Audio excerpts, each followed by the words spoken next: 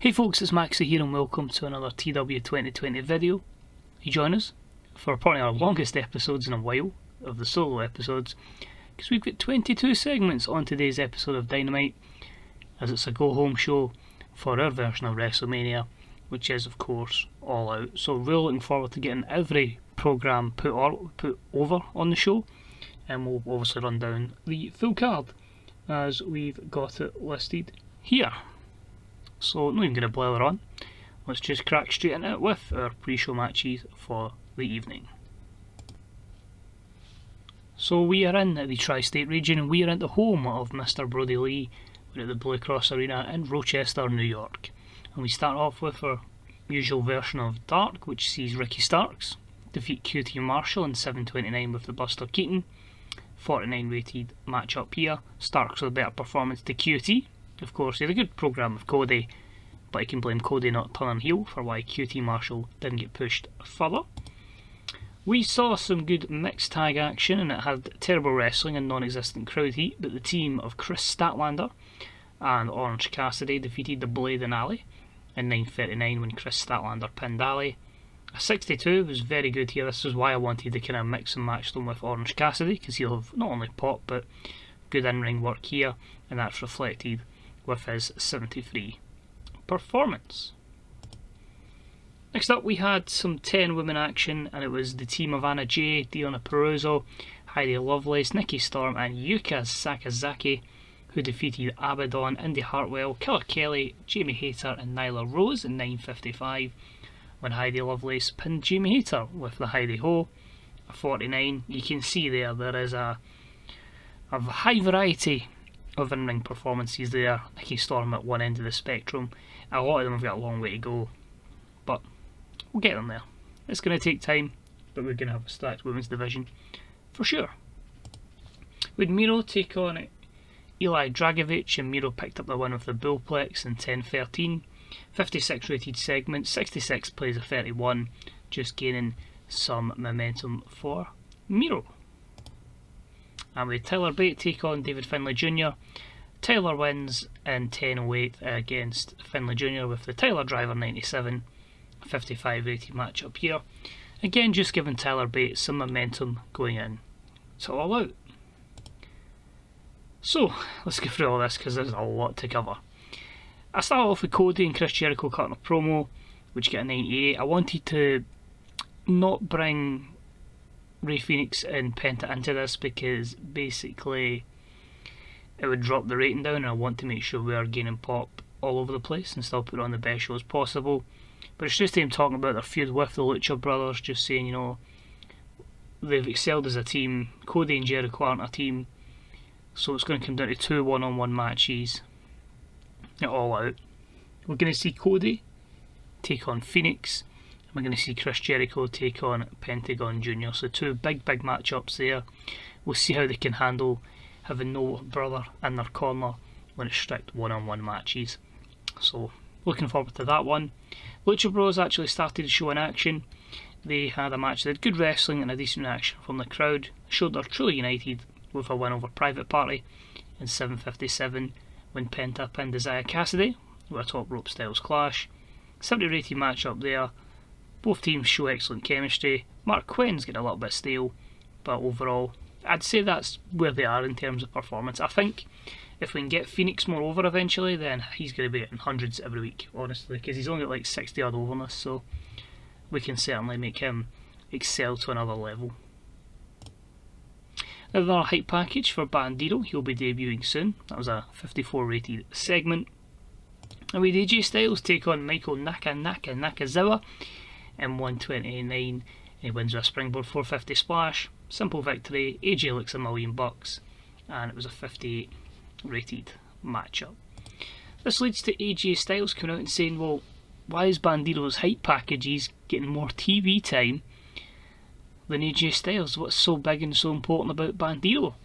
And that drew a 71, and our matchmaker Mick Foley says, well, AJ, you don't have an opponent for All Out. Bandito is desperate to debut. Take your frustrations out on him then. So AJ Styles, Bandito, All Out, Let me know what you think of that, but that's a 70 rated segment there. With John Moxley having a matchup, he took on Frankie Kazarian and won in 7:22 with the Death Rider. A 71 rated matchup, again just making Moxley have momentum and look $1 million going into All Out in his match against MJF. Moxley then goes backstage and bumps into Wardlow, who was at catering, and he just absolutely destroys Wardlow. MJF is nowhere in sight, which means when they collide at All Out, it is strictly going to be John Moxley, MJF and no one else there. So that's a 72 rated segment for the beatdown of Wardlow. We then have Ospreay in action. He had another short matchup, this time taking on Angelico, and he wins in 7:34 with the Stormbreaker. A 72 rated matchup. The 95 played the 47, despite this being a Steal the Show matchup. Probably hampered because of the length of the matchup, but again just making Will Ospreay look $1 million and gain momentum before his match at All Out. Then had Sammy Guevara, Santana and Ortiz of the Inner Circle cut some words on Ospreay, and of course both of the Young Bucks. Sammy just said he's going to show that he is the best pound for pound wrestler in the world when he defeats Ospreay, and Santana and Ortiz basically saying the Young Bucks think they're so special, but it's time that Santana and Ortiz show all the hypes about them. You know, they've been champions everywhere else, and it's time they took the belts here in All Elite Wrestling. So that's the 76. They've all been in action later tonight. Matt Riddle took on the Liberian Peter Avalon, wins in 5:40 by pinfall. 70 rated matchup. Again, just making Matt Riddle look $1 million. So we're getting alright match ratings, but just making sure everyone looks $1 million going in to All Out. Matt Riddle's backstage and he bumps into Brody Lee. Matt Riddle says something that Brody doesn't like. He just calls him bro. He's like, "Oh, sorry, bro." And Brody Lee's like, "The fuck did you just call me?" Sir Brody Lee. Never mind, bro. Brody Lee or Mr. Brody Lee. I'm Sir Brody Lee. And then Riddle just kind of walks off laughing and goes, "Oh, alright, bro." And you can just see the rage and the frustration in Brody Lee's face. And then we get a graphic up, we get Tony Schiavone confirm it, or Schiavone confirm it. We are going to see Brody Lee, Mr. Brody Lee, take on Matt Riddle at All Out. So there's a wee way that we can make that happen. Just him calling him bro instead of Brody, or Sir Brody as he wants to be called. And they have a match set up for All Out. Then had that matchup with Proud and Powerful. They took on Sonny Kiss and Joey Janela. Proud and Powerful winning 8:37 when Santana pinned Sonny Kiss. Sonny the weak link, but it's only going to develop with these kind of matches. A 63 rated match though, and a good win for Proud and Powerful. So just making sure we're all going to have good momentum for these matchups coming up. Brody's backstage, Mr. Brody Lee alongside John Silver, Evil Uno, Stu Grayson, Darby Allin and Priscilla Kelly. Now this one just says, "I'm fucking sick of that, Matt Riddle, and I'm sick of you, Silver, so you better make sure that alongside Uno and Grayson you have a spectacular night all out. Darby, your matchup has yet to be confirmed for All Out. We know where it's going to be. There's one man in the roster that doesn't have a matchup. You make your impact tonight, you've had a history with him, and that is going to be, you make a statement tonight and that is going to be your ticket to stardom. So you and Priscilla get ready for that." So it's a 58 rated segment. We have then Claudio Castagnoli backstage, and he's just really talking about, you know, that the TNT Championship's meant a lot to him. He's had a lot of good matches with it, and it's going to be a really, really difficult matchup come this Saturday night. So just to confirm that he'll be defending the belt in a 6-way. He's going to face previous challengers, quite a lot of them actually, in the form of Brian Cage, Jacob Fatu, sorry, Joshua is one of the Usos, Ace Austin, Tyler Bate and Miro. So he's beat them all one-on-one, but can he beat them all when they're all facing him and try to take his belt? So champion disadvantage there, but he's looking forward to it regardless, to show that he's still one of the best in the world. Then I had Shayna Baszler defeat Kylie Ray in 3:45 with an armbar. storytelling matchup, just the champ looking dominant, going in to All Out, which was a 57, but we do have a major change to our All Out card, and we'll have one of our wrestlers explain it. So after this, returning is Dr. Britt Baker, DMD, and that is a 34 rated segment. So she comes out and basically says, it's such a travesty that for month after month after month, well, she was being a family, you know, having our baby boy with Adam Cole, that, you know, she was kind of just not mentioned, as if AEW deleted her from history. Well, she's back, and she's determined to make history.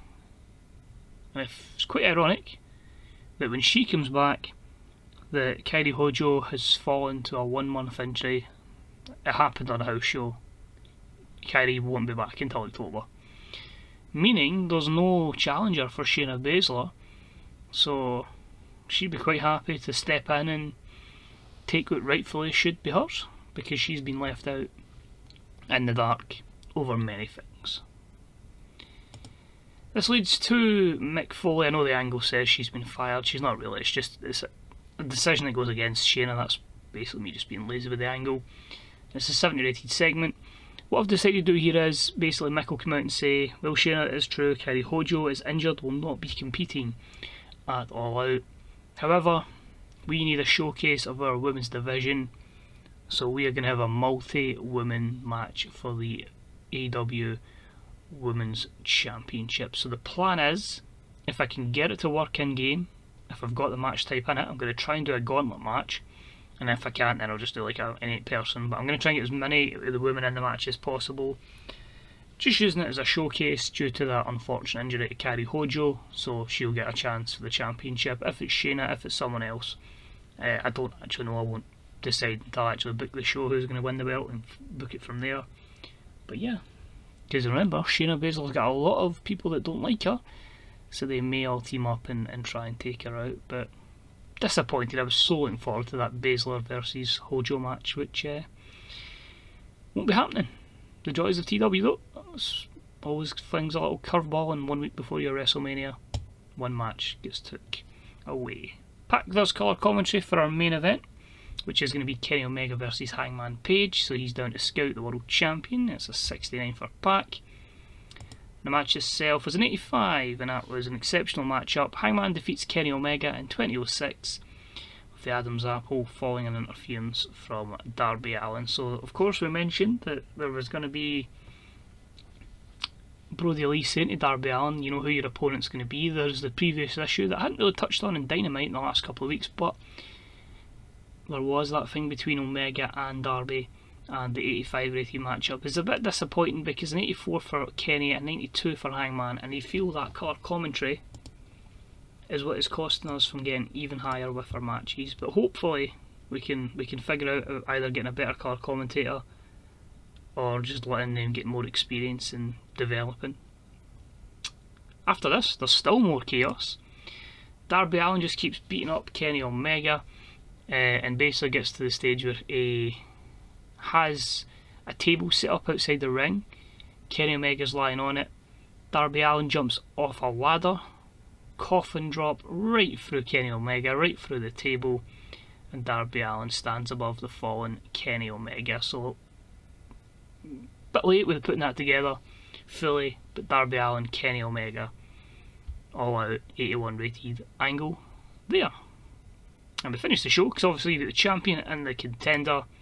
Pac wants his hands on Hangman, and he just chases him all the way until Hangman joins a limo that has, of course, Shawn Spears and the Butcher and the Blade, and they jet off to All Out where Pac will meet him for the World Championship. So overall, the show ends with an 88. That may be one of our better shows. Absolutely delighted with that. A solid main event. When I saw they hadn't faced each other 4 times, I'm like, yep, Hangman Kenny makes perfect sense. We can work off a double finish to that.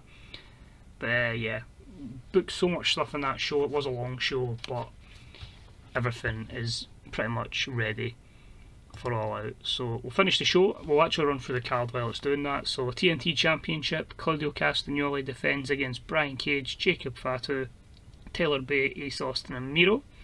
Matt Riddle takes on Mr. Brody Lee. AJ Styles takes on Bandido. The Trios Championships are on the line as Jurassic Express defend against Dark Order and John Silver.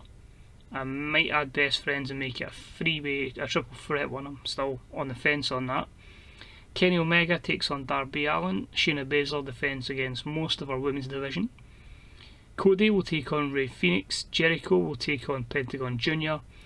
John Moxley will take on MJF. Will Ospreay will take on Sammy Guevara. The Young Bucks will defend the championships against Proud and Powerful.